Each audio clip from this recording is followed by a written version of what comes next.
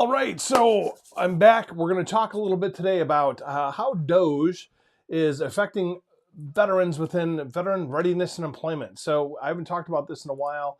I think it's definitely high time that veterans start to, bone up on how this is going to be affecting them. DOGE is probably here to stay, at least for a little while, and veterans need to get smart about how their claims are going to be adjudicated moving forward, because I can tell you from experience, veteran readiness and employment officials are very concerned, not just about whether they're going to get, nailed with some kind of adverse audit or some other kind of thing that's going to happen, but also their ability to retain good counselors, good employers or employees rather, because this is an ongoing issue. And so some of you may know that within the VA and elsewhere, but VA in particular, that they're looking at riffing about 80,000 employees in the very short term.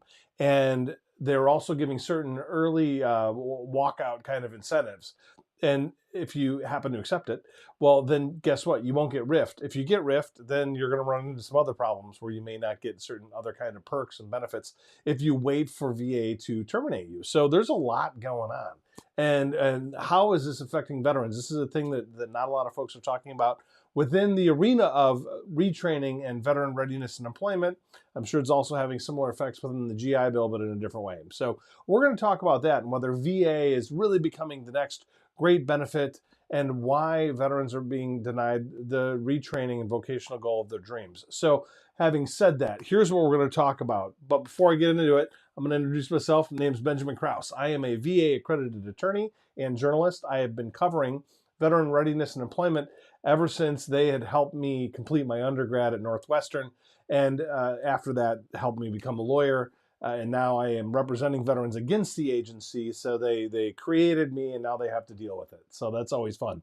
But today we're going to be talking about what's happening within VR&E and DOGE. And I can tell you from representing veterans with respect to this particular program that it is having an effect. So we're going to talk about that. And to start with, here's the big hook, right? Veteran gets into Yale, but will VR&E let them go? So imagine that. You work hard, you get into Yale, just like we had somebody within our group got into the Yale School of Nursing Clinical Doctorate Program, right? So this person is going to be a DNP. They're going to get a doctorate of nursing practice. They're going to become a nurse practitioner. This is a huge honor, going to an Ivy League school, one of the best schools in the country. And then comes the other part, the other shoe that may drop, which is, will VRE, after getting into one of the hardest schools, most competitive schools in the country to get in, to become a leader in society, a leading advanced practice nurse, will this person be able to get VR&E to cover it? Well, we're going to talk about that and more, because this is something that we're seeing.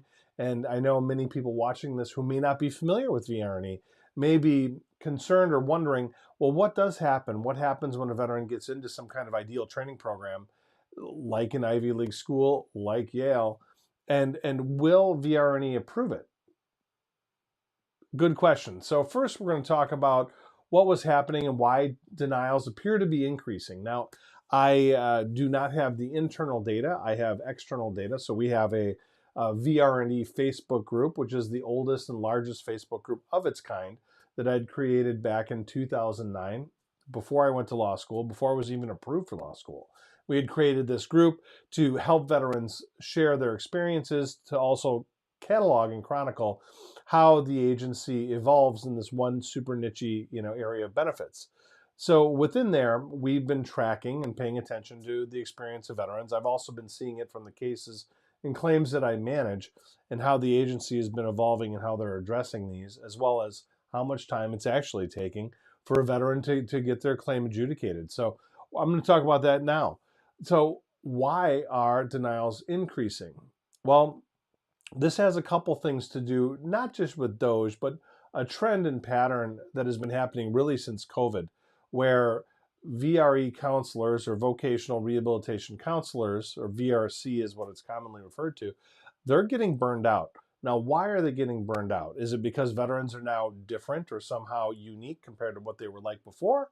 Or is it because something new has occurred? Well, I can tell you, after knowing a lot of Vietnam veterans, I can tell you that the veterans today are a little bit different than the friends of the Vietnam veteran class, because they were spit on and everything else happened to them. So they're not terribly happy and had to fight with the agency quite a bit to get their benefits. And we're really in many ways standing on their shoulders as veterans today because Vietnam veterans, had to fight not just in that war, but since just to get, their fair shake after 4 decades, right? So we're standing on their shoulders.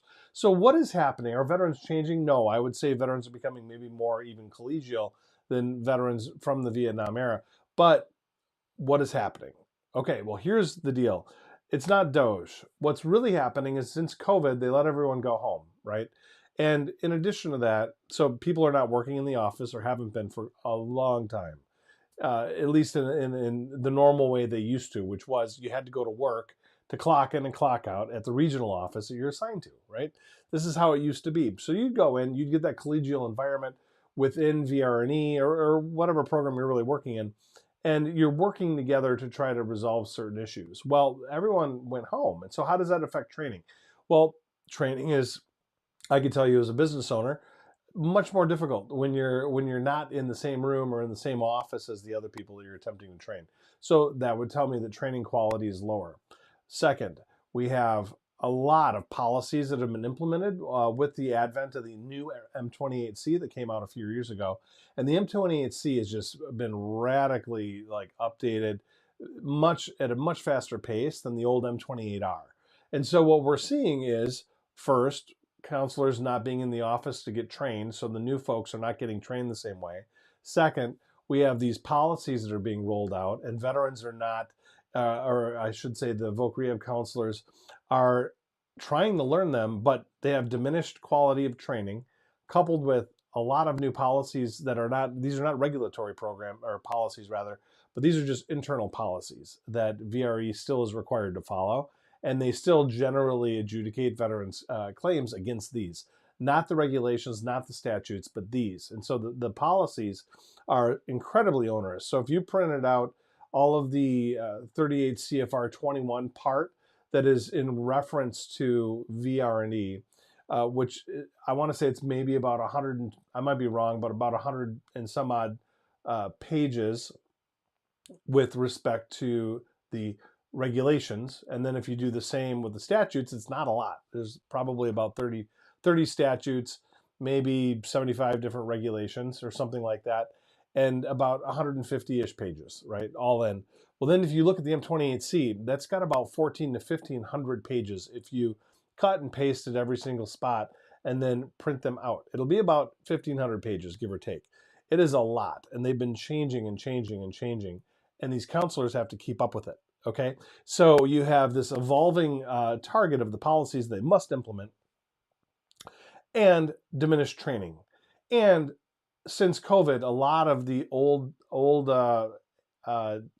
deckhands, I guess you'd call it, or the people that really know what's going on within VRE are retiring. So they've been retiring. Now it's been accelerating from COVID until now. Add to that DOGE, right? So we have DOGE coming into the scene, and now everyone's freaked out within VA.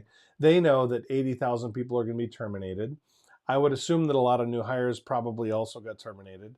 And we have a scenario where people are going to be taking the early out the early out offer from the Trump administration, and bad training, and these obtuse policies that they're required to follow. So what does that mean, in a nutshell for veterans? What that means is that you have basically burned out counselors that are now being demanded to go back to work. I mean, some of them probably developed entire lifestyles around being able to work remote. So now they're going to have to go back in and work, and they're following all these new policies that are onerous and in some ways, I think, improperly developed, and applying that to the veteran groups that they no longer see in person, right? So veterans no longer go in person to be counseled, at least rarely do. They've been required to do video Skypes, basically, to talk with the counselor about their particular problems, which has resulted in a lot of probably improper denials to begin with. So we have fewer counselors that have proper experience to make good decisions, and policies that are, as applied, sometimes contradicting what the regulations say, resulting in bad outcomes. And so what we're seeing now with DOGE and this drawdown of people that are taking early outs and other difficulties in hiring, we're seeing appeals take longer. So higher level reviews are taking longer, and sometimes a lot longer. You also have supplemental claims that are not being adjudicated correctly. Why? Not because these counselors are necessarily bad people.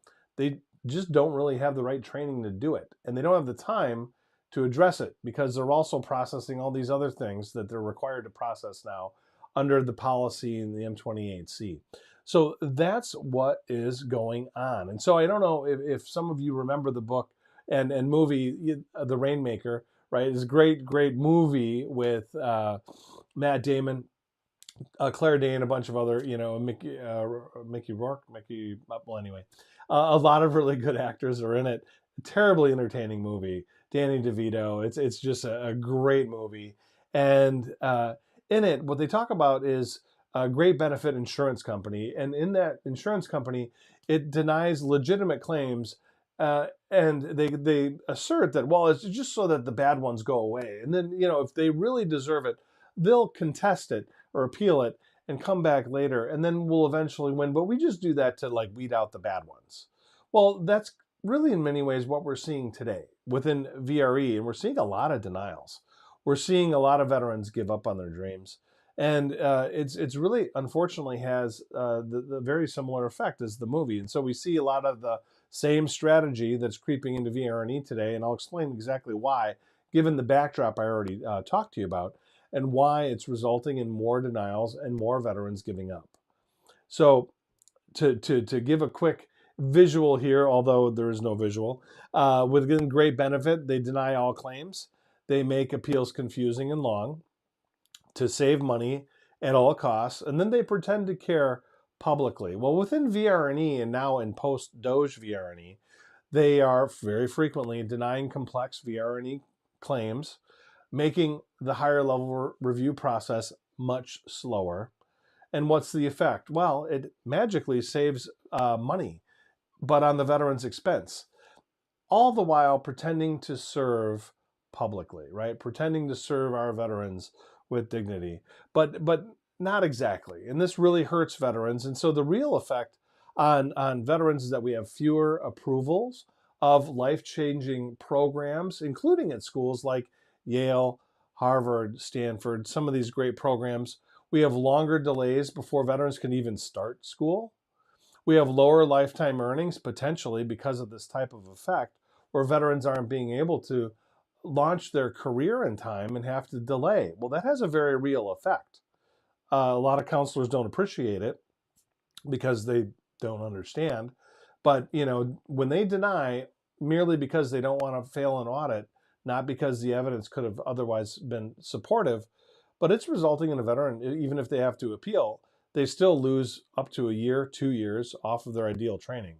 And as a consequence of that, what we're seeing as a country will be amongst the veteran population, higher poverty, increased homelessness, increased frustration. And that's exactly what programs like Veteran Readiness and Employment were created to prevent. And so, VR&E is supposed to be a launching pad for veterans, not a conveyor belt toward dead-end jobs, right? That's not what it's supposed to be. But that's a lot of what's happening, and that's what we're seeing. And with DOGE and this what is now resulting from basically a chilling effect on many counselors to really do the right thing, to develop these claims out the right way, take the amount of time that they really need to do it. Well, they can't, and they're afraid maybe of getting hit on an audit. It's resulting in veterans getting shafted. And so many veterans are giving up. They don't necessarily know what's going on. And so it's a confusing mess. Now, there is hope, and there is something that veterans can do. It's going to be hard. It's going to be a lot of work. But if you're watching this and you're wondering, well, what am I going to do? What can I do to help, address this? Well, there are fortunately some things. First, don't give up, right?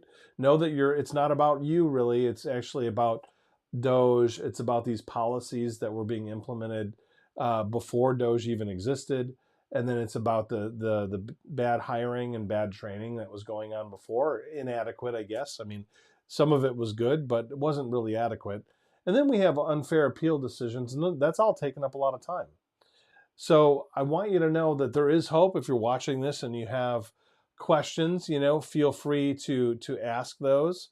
I am, standing by and wanting to answer your questions. So if you have any, feel free to chime in here, and I'll do what I can in this live stream to at least talk about it. But I want you to know there is hope.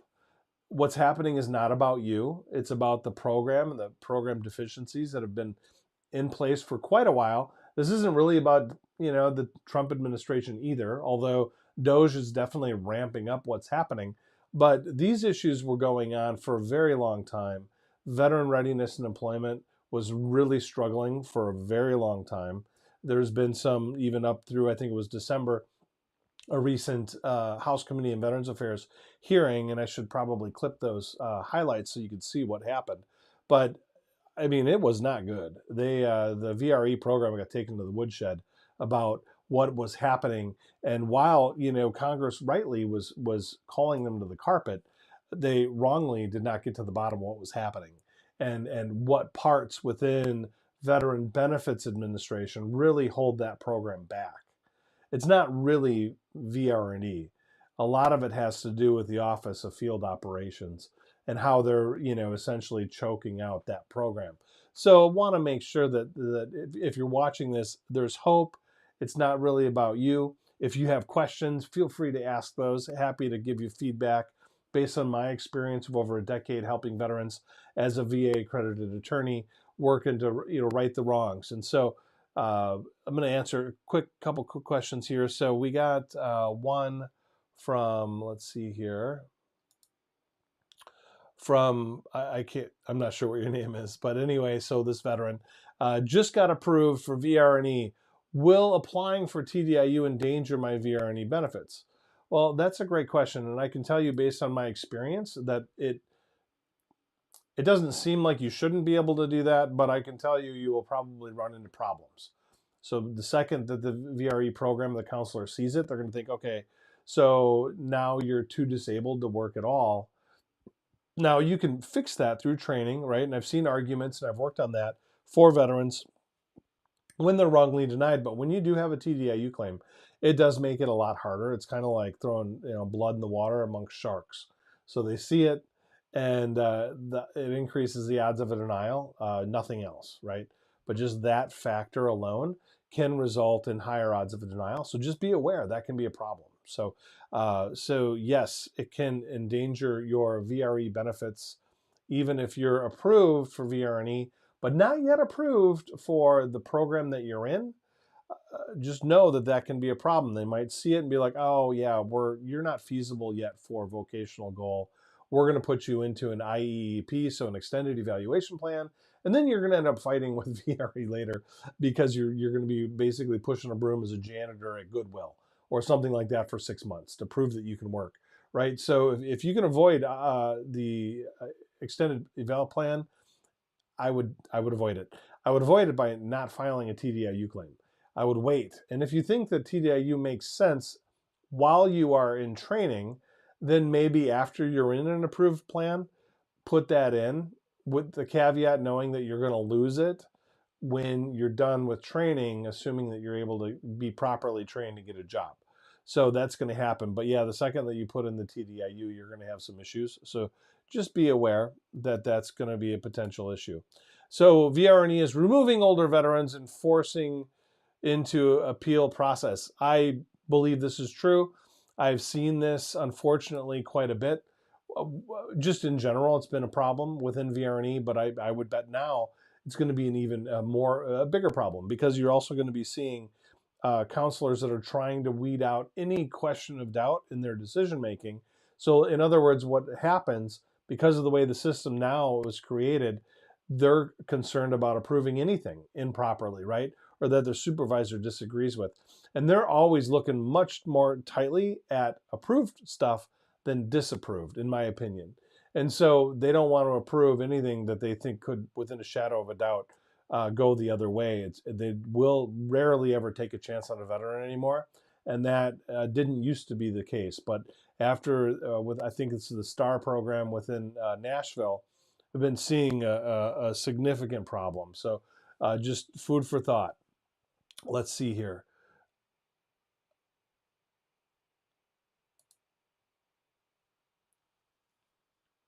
All right, recently got authorization for college. Congrats, Robert. That's awesome. And then he asks, do I ask my general doctor for an Ergo package or, okay, great question.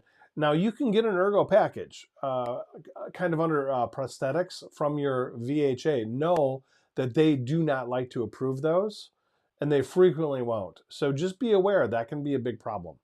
Uh, it has been for a long time. So you can ask your counselor. They're going to send you over to prosthetics anyway, most likely, but it may have better odds if you go that route in general. So Juan, I was approved for VR&E and counselor was rotated out. Right, this is what we're seeing. Now they say I'm TDIU and ineligible. Okay, so I'm not surprised to hear that. I think that what you can do is if you were found entitled before, you may have had a counselor rotate out, but that they're still bound by favorable findings of fact, right? So if they didn't find you to be too disabled to complete a vocational, program, then you might be able to make that argument later. So it's something to think about. So let's see. D Bleach asks, I will avoid TDIU until I'm enrolled. Yeah. Hey, by the way, I'm not giving legal advice. I don't know anything about your case. This is just educational information.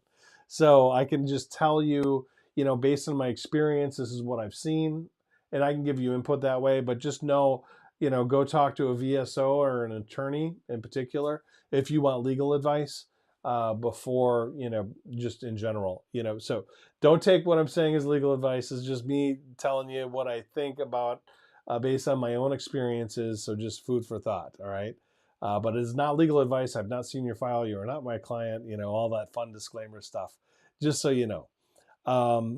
But yeah, be careful with the TDIU. I've seen it result in some bad outcomes.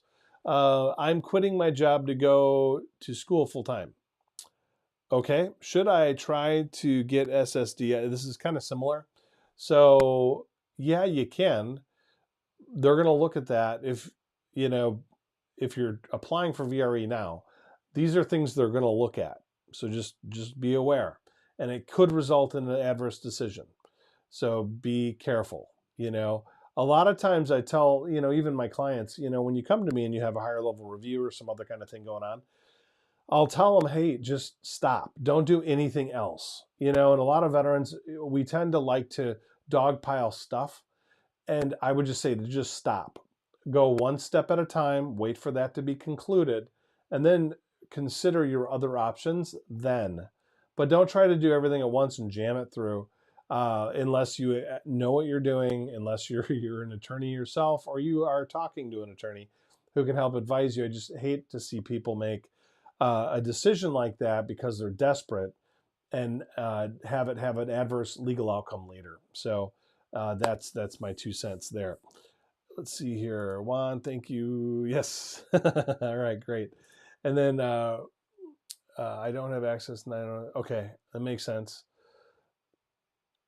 All right, so now I'm going to turn over and see if we have anybody on Facebook who maybe wants to ask questions. So let's see here. Facebook. I'm hopeful that this is in the Facebook group, but we will see. Maybe I have to repost it later. So let's see here. And if there are any questions, I will do my best to answer those. If you are watching this and you would really like to see what is happening. Okay, so we have the video did not go live. That would figure, wouldn't it? That it wouldn't go live in my group. So if you're watching this and you're on YouTube, we have a group. There's 44,000 veterans in the group, okay? It's a large group. We're quite proud of it. This is where a ton of veterans go to talk about their experiences.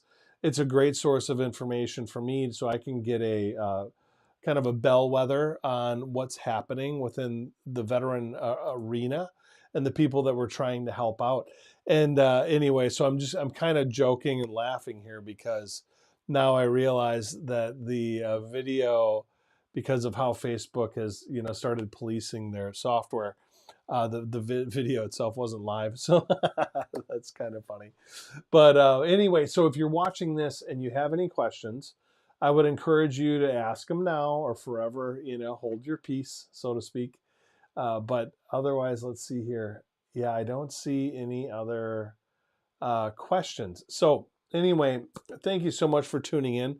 The takeaway here, right? So first of all, we're rebranding this into the Veteran Rights Podcast with Benjamin Krause. I'm your host. I'm a VA-accredited attorney. I've been doing this for over a decade, and focusing really a large part of what I do is focus on veteran readiness and employment benefits. I am the only attorney in the country that has this unique focus, who also happen to use VR&E to become an attorney and all that stuff. So I know the program as both a client of it as well as somebody representing clients against it. So I've seen the program on both sides, and then when it works great. I had a great experience when it worked. When it didn't work, pretty bad. So I was able to eventually navigate the system, but it was very challenging. So Dwayne has a question here. I'm also attempting to return to school for a master's. VR&E told me that I would need a doctor's letter stating I'm not able to work a job as a letter. See, this seems stupid, right? On its face, this seems like the answer should be obvious. Why do you need a doctor to say this? Like, you could look at your disabilities. The whole point of a voc rehab counselor is for them, with their advanced training, to make these types of decisions. You don't really need a doctor. But to say it to be a letter carrier, like, come on, it just doesn't make sense. So anyway, unfortunately, that's, yeah, I'm sorry to see that, Dwayne. So they should, if you need that doctor letter, they should put in the request with VA, and then you go in for basically a mini functional capacity evaluation, and you should be able to then get it back. In theory, that's what should happen. Juan, that's great. Appreciate the the warm regards there. Let's see, Marvin. Good to see you, Marvin. Appreciate it. And then we have Blue Coastal Homes, whoever this is. So I've had my own business for the past 10 years. Due to my back and neck issues, I'm having, hard time, need to find something new. I heard about VRE. What is your best advice for me to go for VRE? Well, so I have a friend that has kind of a similar situation. And let's see here. I have a bachelor's and master's, but have been out of the workforce for over 10 years. Okay, that's a good long time. So if you've been out of the workforce for a long time and you had your own business, but now your body's having, problems, you can get retrained into something different. I certainly wouldn't encourage anybody in that situation to get retrained like through an undergrad or something, because that doesn't make sense. You kind of want to just move forward. So I would say try to get a graduate degree in something that makes sense for you. That's what I would focus on. I probably would not try to maintain in your business, especially since it sounds like it aggravates your disabilities. So food for thought there. And then let's see what else. I'm just waiting to see if anyone has any other questions. Are denials due? So Mike Jensen. Thanks, Mike. Mike and I served in the Air Force together, so it's funny. Anyway, so my good friend Mike, one of my best friends in history, writes in, are the denials due to government cutbacks? So my best guess is that the denials themselves are not literally connected with cutbacks, but a consequence of the cutbacks are probably increased denials due to increased workload, due to increased auditing problems and challenges.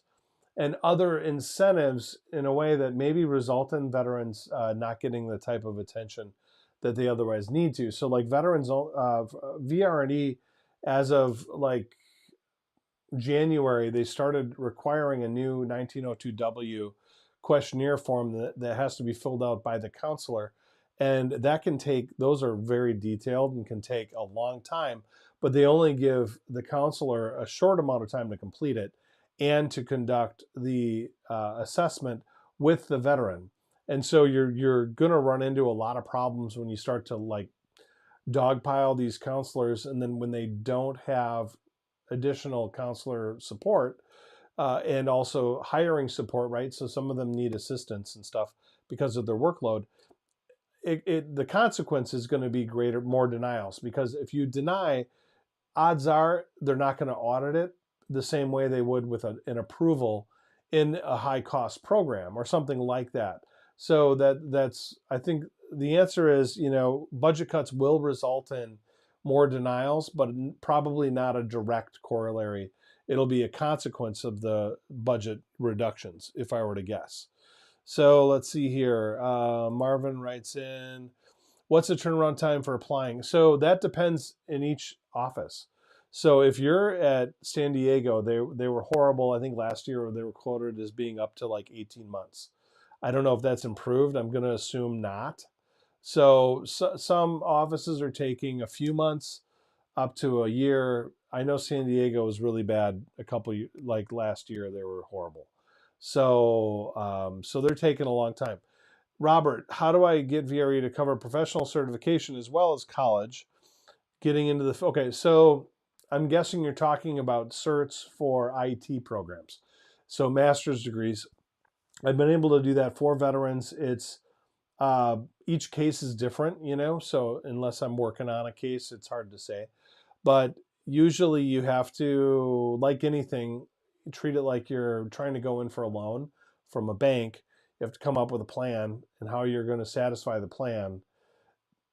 And at that point, hope that the dots are connected by you in your plan. And even then, you got to catch the counselor on a good day. So a lot of variables here that could be at play.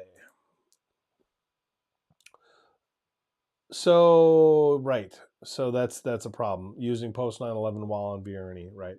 So then I have another question from Kaylee. Good to see you. And just had a meeting with a review of labor market research. Hang on a second. Okay. And all the things that she asked me to do, and she told me that she would let me know her decision 3 to 4 weeks. I'd asked for a master's degree, and she said that she was only allowed to approve the bare minimum, which is a bachelor's. All right, well, that's just false, right? If they're only able to do that bare minimum, that's just not true. I got a law degree, right? That's not the bare minimum. It's a Juris Doctor degree. And many other, like I help veterans all the time get doctorates approved in a variety of different fields. So this idea that they only do the minimum, and the minimum now we're going to see massive probably layoffs. We're going to see AI take over. And so if you don't have like an upgradable skill that can be, upgraded using AI or whatever, you're going to run into some challenges. So I would say like a bachelor's degree really wasn't enough 10 years ago, much less today, 15 years ago, I remember talking to the head of VR&E at the time, and she had said, this was Ruth Fanning way back in the day, and she even acknowledged that not having a graduate degree put most veterans at a disadvantage. That's part of why the regulation talks about training veterans to a higher level than what is normally required if you meet certain criteria and have a serious employment handicap. So there's a reason it's built in, it's baked into the program. They can't undo it. So a bachelor's degree is just not consistent, especially if you have a serious employment handicap and certain other unique, circumstances. So that's my thought on that. So anyway, I don't have anything else, but I wanted to talk about it. I haven't done a live Facebook in a bit. I have some new system things that I'm implementing, so I wanted to experiment with those. So again, if you have questions or you want to see more things like this, hey Josh, good to see you. How is give me a second here. Great question. So, how is the current situation affecting retroactive inductions in terms of willingness for VR&E to approve? So, I think what we're really seeing is more of a delay. And VR&E today is approving more retroactive inductions than I've ever seen, even over the past few years. But it's taken a while, a lot longer than it should. And many of the offices that I work with, some of them are really good about it because they don't fight as much when it comes to graduate training. But some of the offices where we're successful and we get somebody approved for graduate training, where they haven't really approved somebody for that, like there's a couple that are pretty bad. So they'll get it and then they'll just sit on it for as long and hope that it goes away as you could. I mean, I can't even express how crazy some of what I've seen is lately. So, so is this affecting retroactive inductions? No, but yes, in the sense that they're taking forever to be processed, and those are some of the issues that I'm noticing. But it's happening all across the country where there are problems. So Brianna Dill writes in: will VR&E continue with the RIF of VA and DERPs? I'm not sure what you mean by DERPs, but RIFs. So yeah, I think RIFs are going to happen. I think they're for sure going to happen. And so what will then usually happen to offset that will be some degree of government contracting to offset those positions that are needing more people. So that's my thought there. So I think that VR&E is probably going to see the RIFs as well, but I know I heard before that they weren't, but we'll just see. We'll see what happens. But I think that I'm definitely seeing counselors drop like flies. So, 1 week to the next thing you know, the counselor's gone. And I'm seeing that more frequently. And I think people are just getting burned out. They're taking that, I think it's the 5 months or whatever before you go out. So they're taking the 5 months out of fear, probably, that they're going to get riffed anyway. And if they get riffed, they're not going to get the 5 months. They're just going to get the unemployment. And so I think that we're going to see that. Yeah. Yep. So I see your comment. Deferred resignation program. So I think that we're going to be seeing. I think a lot of people are going to be hitting the road in VA and VRE. They're just tired of it, and the program has very high burnout. And the counselors are not really. They don't have the time to counsel veterans anymore. At least most of them, and they're overworked, and the policies are becoming too ridiculous to implement. And so they're, on the one hand, trying to be ultra careful to avoid mistakes because of prior failed audits. But as a consequence of that, it requires way more oversight. So like retroactive induction is a good example. For the past probably 4 years, the oversight of it has just been ridiculous. But staffing sucks. So veterans aren't getting approvals. Excuse me. So the approvals aren't happening as quickly as they should. So that's what I'm noticing. But anyway, well, that's my thought there. And until next time, we'll tune in, and I'll do more of these now that I have some better software working. So we'll talk soon. God bless, and have a great remainder of the week. Take care.